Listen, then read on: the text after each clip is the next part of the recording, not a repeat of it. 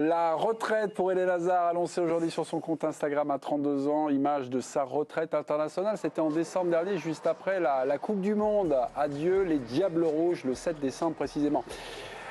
Une carrière d'Eden Hazard riche de trophées et il y a des contrastes dans cette carrière. La lumière avec Chelsea et l'ombre plutôt avec le Real. Alors qu'est-ce qui résume le mieux Eden Hazard? Est-ce que c'est ces années de Chelsea ou ces années Real? Dominique Sévrac, bonsoir. Vous m'avez dit, bah non, c'est ces années de Chelsea parce qu'il faut se souvenir des belles choses. C'est ça, c'est un parti pris finalement. Parce que si on se souvient des années réelles, on se souviendra de rien. On se souviendra des blessures, on se souviendra des no-shows, de un match sur deux qu'il n'a pas joué. C'est pas ça qui m'intéresse en fait. Quand il était à Lille, on disait que c'était un futur Ballon d'Or. J'en ai vu la couleur, j'en ai vu un petit peu l'odeur, j'ai senti un peu l'odeur à Chelsea. J'ai vu un petit peu en quoi il pouvait être un des meilleurs joueurs du monde, un des plus éclatants, un des plus impactants, un des plus... Le foot, c'est quoi? C'est des émotions. J'ai vécu des émotions énormes. Si vous me dites le Real, ça m'intéresse pas, parce que le Real, c'est rien. C'est rien, mais c'est pas ça, Eden Hazard. Parce que sa carrière, c'est pas rien quand même. Ne dites pas qu'il est rien. Oui, mais vous pouvez me dire qu'il s'est pas donné les moyens. Oui, non, mais est-ce que son histoire avec le Real raconte aussi, d'une certaine manière, aussi Eden Hazard? Mais manque, des petites choses, sa malchance. Oui, mais puisqu'il faut trancher, Mémé. Oui, d'accord. Puisqu'il faut trancher, je prends ce qui m'a ému. Ce qui m'a ému, c'est Chelsea.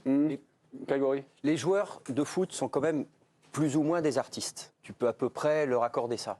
Si vous parlez de Gabin, vous allez retenir quoi? Les navets qu'il a fait en fin de carrière, ou vous allez regarder La Bête Humaine, vous allez regarder La Belle Équipe, vous allez regarder quoi? Vous allez forcément garder les grands films. C'est une politesse qu'on doit faire aux artistes et aux joueurs. Vous n'allez pas regarder les matchs de la fin de carrière de Cruyff vous allez d'abord regarder ces grands matchs. Il en va comme des artistes. C'est une politesse qu'on leur doit. Je ne comprendrais pas qu'on éclaire des mauvaises choses au moment où ils tirent leur révérence. Enfin, c'est quelque chose qui me semble un peu bizarre. Figurez-vous qu'au moment où on a monté ce débat, on a contacté des anciens coéquipiers d'Eden Hazard et on a deux personnes qu'on a contactées, nous ont répondu assez spontanément, assez rapidement. Alors le premier, c'est Aurélien Chedjou. Bonsoir Aurélien. Bonsoir à toute l'équipe de l'équipe. Aurélien, vous arrivez à Lille, il me semble, en 2007. Eden Hazard, lui, a été formé 2005-2007 à Lille. Et puis, il vous rejoint là, dans la grande équipe de Lille.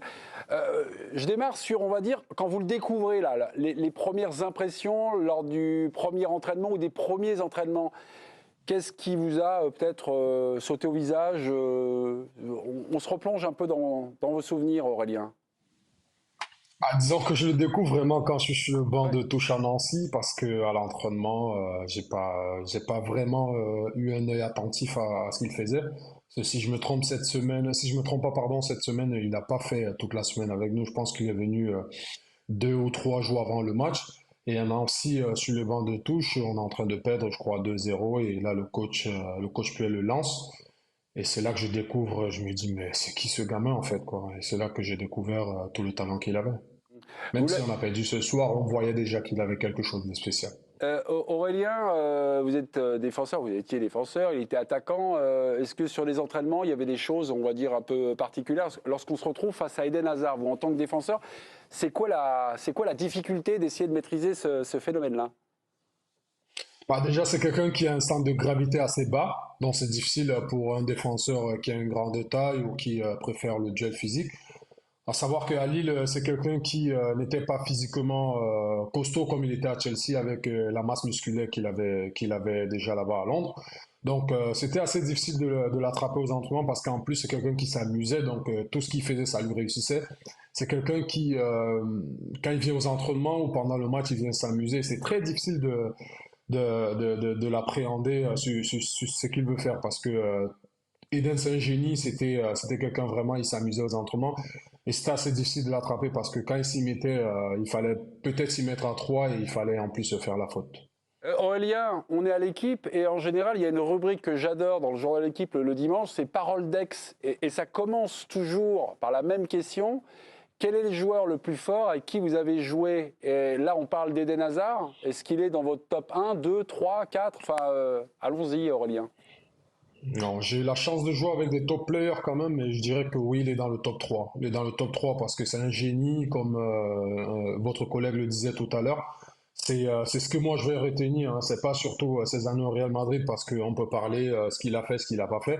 Mais moi je préfère garder l'artiste que c'était, l'artiste que j'ai vu à Chelsea, l'artiste avec qui j'ai partagé de bons moments à Lille.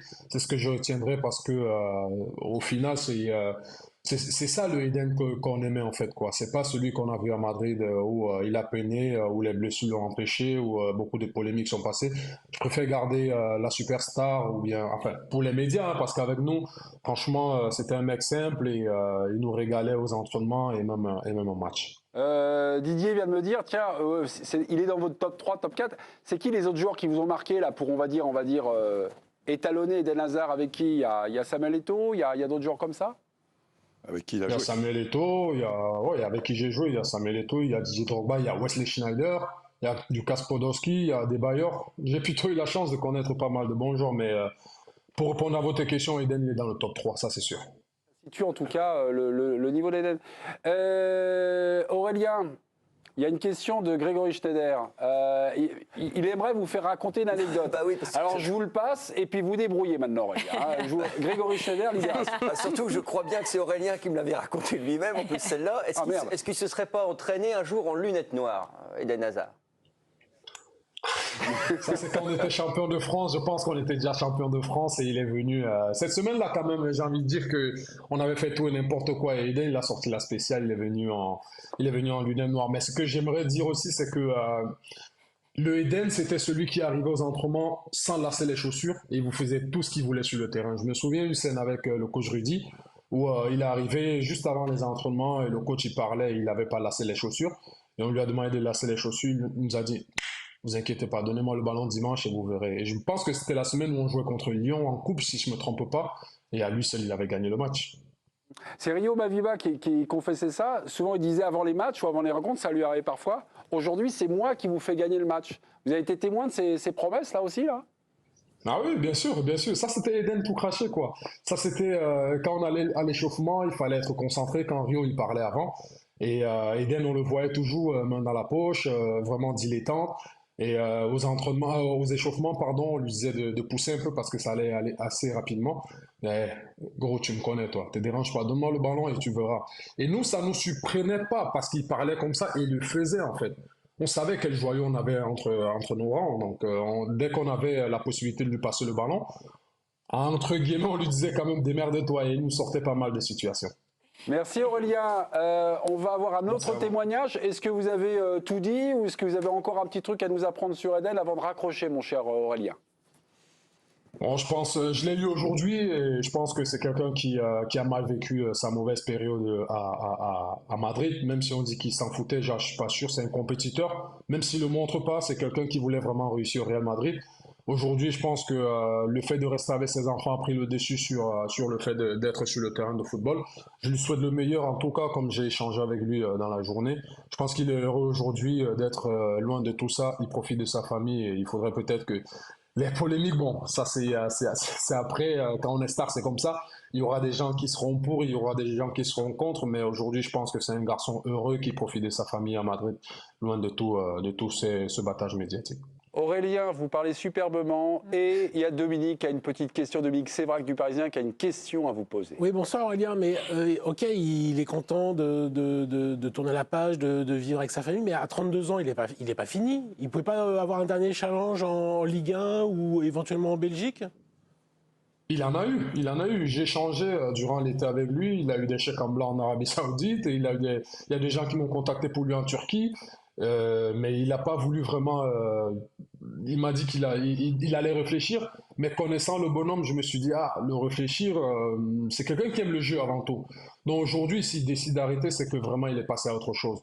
L'argent, c'est pas un souci pour lui. Il serait parti en Arabie Saoudite, il aurait gagné beaucoup d'argent.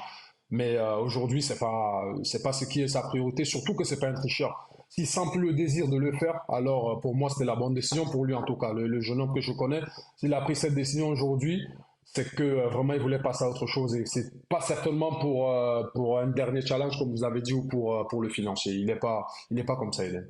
Merci beaucoup Aurélien, passez une bonne soirée, merci de vos témoignages, c'était Merci à passionnant. vous. Merci beaucoup Aurélien. Avez-vous deux, trois petits trucs à dire? Parce que c'est vrai qu'on a évoqué, on a commencé à parler du Real, et là on a eu Aurélien en disant, qui nous dit finalement il a été marqué quand même par ces années Real. Moi j'ai quand même l'impression que c'était pas quelqu'un d'obsessionnel dans le travail. C'était pas quelqu'un Non, comme, mais comme Messi, comme pas- Ronaldo, comme... Non, vous voyez, il n'était pas obsessionnel. il est d'ailleurs dans le plaisir, c'est ce que à vous ce disiez niveau-là. Aurélien. Il y avait eu une interview, je ne sais plus, dans l'équipe ou France Football, qui était un peu lunaire, quoi, parce que jamais un champion, il est quand même de la race des champions, entre guillemets, par rapport à tout ce qu'il a entrepris, ne pouvait dire des choses comme ça. Tu vois, le Ballon d'Or, c'était pas son truc, par exemple. C'est vrai, Le Ballon c'est vrai, d'Or, ouais. tu vois. Ouais, je m'en souviens. Et je me disais, waouh, déjà, tu vois qu'ils ont 16, 17 ans, l'objectif, c'est le Ballon d'Or, tu vois, et lui, je sais pas, il avait 27, 28 ans, il était un peu au sommet de sa gloire. Mais. C'est 8e en 2018, c'est son meilleur classement. Bon, Voilà, ça l'a pas. Ouais, ça l'a pas troublé. Mais je trouve l'interview extrêmement sympathique et il nous montre une personne. Enfin, moi, j'aime beaucoup quoi, ce style de caractère. Les chaussures comme ça, sans lacets, ça me fait penser à Maradona. Tu sais, Maradona, aux entraînements, il arrivait et les chaussures n'étaient pas lacées. Et le fameux clip, là, lorsqu'il s'entraîne avec... Voilà, les chaussures ne sont pas lacées. Oui, quand il fait... Il n'a pas les chaussures lacées. Non, il n'a pas les lacets. Attention, vous allez vous faire un tour de rame. Non, je ne vais rien me faire du tout. Attention, faites gaffe quand même. Faites gaffe. Je fais mon machin. Et il est certain quand même que je comprends que ce qui s'est passé à Madrid, il l'a pas pris comme ça au-dessus de la jambe et que ça a vexé un peu son orgueil de champion et que voilà, il a raté son coup. Mais la vie se continue, il a sa 4 gosses. Mais il a été entravé. Deuxième témoignage, mes amis. Quand on a lancé un deuxième témoignage, on est allé voir Dembaba, l'un de ses coéquipiers et de ses amis du côté de Chelsea. Et tout de suite, Dembaba était OK pour nous répondre. Demba, bonsoir. Bonsoir. Comme ça, spontanément, on vous dit Eden Hazard, ça vous inspire? C'est quelqu'un, c'est une belle personne? C'est un bon mec? C'est un bon footballeur? Oui, avant d'être un excellent footballeur comme il l'a été, ça a été vraiment une personne qui a été incroyable. Depuis le premier jour où je l'ai rencontré. Et depuis, ça restait un ami proche. À Chelsea pendant à peu près 1 an et demi. Vous débarquez du côté de Chelsea, on est en janvier 2013 Il fait jusqu'en beaucoup de mal au PSG. 2014. Ah oui, ça on n'est pas là. Beaucoup de mal. Bon, enfin, bon, on va pas revenir sur cette affaire. Demba marque contre le PSG. Il jouait pour Chelsea. Cette accélération terrible de Mourinho. Alors, oui, je reprends un peu la même question que j'ai posée à Aurélien. Vous avez côtoyé beaucoup de stars, beaucoup de champions. Eden Hazard, est-ce que c'est parmi le Gotha des joueurs avec qui vous avez évolué, mon cher Demba? Oui, ça a été sans doute... Aurélien, il a parlé d'un top 4. Moi, je parlerais peut-être d'un top 2, je dirais. Parce que vraiment, des joueurs de sa qualité, j'en ai pas croisé énormément. Alors, bien sûr, il y en a qui ont des plus belles carrières. Mais est-ce que c'est pour ça qu'ils sont meilleurs footballeurs? Je pense pas foncièrement. Mais il fait partie de mon top 2 avec sans doute juste devant lui, un petit peu devant lui, un certain Hatem Ben Arfa. Hatem Ben Arfa. c'est intéressant parce qu'il y a... Il y a des similitudes quand même, non? Un petit peu, sauf que la carrière d'Eden Hazard, quand même, elle n'a rien à voir avec celle d'Hatem. Mais Hatem avait un talent pur et on pensait aussi qu'il allait faire... voilà, on est resté un peu sur sa fin, quoi. Sur notre fin, c'est le moins qu'on puisse dire. C'est-à-dire que le critère de Demba, c'est quoi? C'est la technique pure? C'est quoi, C'est Demba? le plaisir, c'est le plaisir. C'est des gens qui te donnent du plaisir. C'est ça, tout simplement, les émotions. Et allez-y, Pia Clément, une question à vous poser, Demba. Juste entre Hatem Ben Arfa et Eden Hazard et peut-être des joueurs comme Neymar, c'est aussi des joueurs qu'on aime voir jouer parce que quand on les voit jouer, on voit l'enfant qui joue. Et en fait, on le voit en bas de son immeuble, on le voit dans la rue qui joue avec ses copains et on voit ses copains autour qui se disent « mais celui-là, c'est vraiment un crack, il est vraiment au-dessus ». Et c'est peut-être aussi un type de carrière qui est difficile à conclure parce que c'est peut-être un peu difficile de vieillir quand on joue comme un enfant. Demba, plus on joue au foot côté professionnel, plus on a des risques de perdre un peu de cette fraîcheur, là? Sincèrement, ouais, je pense. Il y en a beaucoup après parce qu'on est rentré dans un monde empirique, surtout dans le monde du football, dans le monde de la data et tout ça. Donc aujourd'hui, tout ce qui est regardé, c'est les statistiques et les chiffres et tout ça.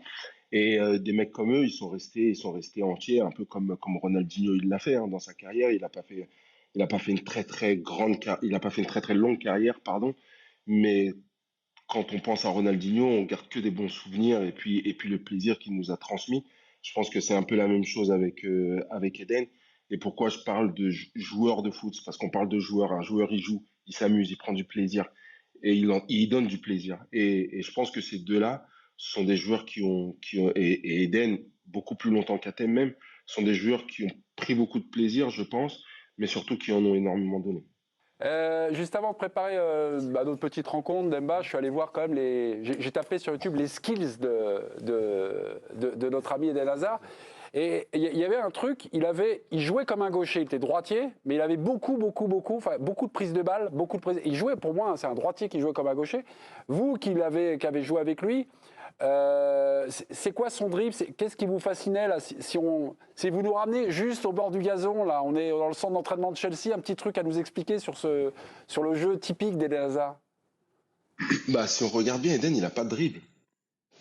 Vraiment, c'est fait de feinte de corps, c'est fait de crochet, mais il n'y a pas vraiment de dribble. Alors, ce qui est un peu, comment dire, fascinant chez lui, c'est que c'est un joueur qui arrive à, comment dire, c'est-à-dire que si tu fais le premier mouvement et tu penses pouvoir prendre le ballon, et en une fraction de seconde, avec un mouvement de cheville, il arrive à prendre le ballon et à t'effacer. Et puis si tu restes sur tes positions et t'attends qu'il fasse le premier mouvement, il te met une accélération et puis tu te retrouves derrière, tu peux plus rien faire. Donc c'est vraiment des joueurs qui sont imprévisibles. J'ai une autre citation à vous faire peut-être commenter, c'est Yaya Touré, donc qui lui a affronté Eden Hazard. Il dit son point fort, c'est ses fesses. Non mais c'est ses fesses, c'est-à-dire qu'il avait une protection de balle avec son arrière-train là, Ça, c'est vrai. qui était centre de gravité très bas, et ses fesses, son cul comme ça, il jouait avec son cul comme ça. Enfin, Ça, c'est quand il était arrêté. Enfin, quand il. Oui. Son body corps. Ouais, en fait, c'est bien plus que des fesses qui t'aident à pouvoir protéger le ballon. C'est surtout, vous regardez, il a des fessiers de sprinter de 100 mètres. Et c'est ça qui fait aussi sa force, c'est que d'une position arrêtée sur les talons, sur les 5 premiers mètres, il te mettait une accélération et puis tu n'existais plus. C'est pour ça que je dis qu'Eden, il n'avait pas, quand tu le regardes, c'est pas le dribbleur fou à la Ronaldinho ou à la Neymar, mais c'est quelqu'un qui, avec des feintes de corps et avec des accélérations, il te mettait dans le vent. Merci beaucoup Demba. Merci de nous avoir fait partager votre sensibilité parce que franchement, on a appris pas mal de choses. Demba, merci, passez une bonne soirée et merci d'avoir nous avoir apporté votre témoignage en direct sur la chaîne d'équipe. C'était très intéressant. Ah ouais, vachement bien. Et c'est étonnant parce qu'on a cette image de dribbleur, quoi, quand on parle d'Hazard et qui te dit que c'est pas un dribbleur. Mais en fait, il t'explique aussi que c'est un bluffeur. Il va te mettre des mauvaises cartes pour te piéger. Donc il y a cette notion de jeu aussi quelque part. Comme un Neymar avec souvent son vis-à-vis. Mais il y a peut-être une volonté un peu d'humiliation. Enfin, c'est un peu ambigu avec Neymar. Parce que celui qui se fait un peu balader par Hazard ne veut pas le choper derrière. Ou il se sent jamais humilié, si tu veux. Parce que Hazard, il va quand même tout droit, quoi. Hein. Et Neymar, il te tourne. Il revient Neymar, il te tourne autour du pot. À un moment, il veut faire quelque chose de brésilien de plage ou truc. Et pour là, les adversaires se sentent pas bien, quoi. Je voulais passer. Passer quoi? Je voulais passer pour un autre sujet, mais là j'ai les gros yeux de Grégory Schneider. Ah, oui. Là on a parlé de tout, mais là on va quand même monter en gamme. On va vraiment attaquer l'émission. C'est le rédacteur en chef de l'émission? Oui, bien sûr, officieux. Okay. Greg Schneider, dites-moi, oui. Mais j'avais vu en 2011 c'était un match à Caen en fait, et il avait fait un truc Lille avait ouvert le score sur cette action-là, et j'avais pas vu, j'étais devant, j'ai pas vu en direct s'il avait fait avec le pied gauche ou le pied droit. Ça allait trop vite en fait. Ah oui. Et il a fallu que je rentre à l'hôtel, que je cherche le but et que j'essaie. Mais tu dis, il est passé là ou il est passé est-ce qu'il a mis il allait vite aussi. Non, mais ça allait une vitesse. C'est-à-dire que c'était à la limite de la perception. J'étais devant. Hein. C'était à la limite de ce qu'on pouvait percevoir. Donc essayez d'imaginer le mec en face. C'est comme un magicien en fait. Il est passé derrière. Tu sais pas. Il t'a dit. Il t'a piqué tes clés. Un pigeon, un lapin. C'est les appuis. C'est les appuis. Les plus grands joueurs, c'est les appuis. C'est un prestidigitateur. Mais non, c'est les appuis. Tous les plus grands joueurs de foot, c'est les appuis.